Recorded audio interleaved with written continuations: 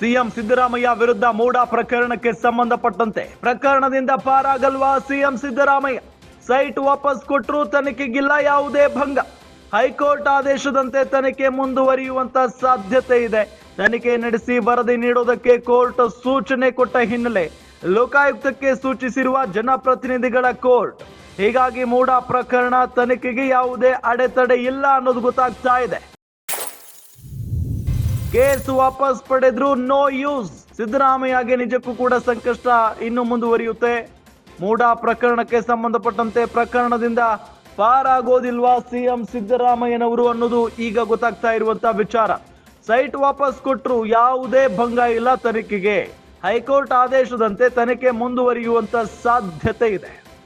ತನಿಖೆ ನಡೆಸಿ ವರದಿ ನೀಡೋದಕ್ಕೆ ಕೋರ್ಟ್ ಸೂಚನೆ ಕೊಟ್ಟ ಬೆನ್ನಲ್ಲೇ ಲೋಕಾಯುಕ್ತಕ್ಕೆ ಸೂಚಿಸಿರುವ ಜನಪ್ರತಿನಿಧಿಗಳ ಕೋರ್ಟ್.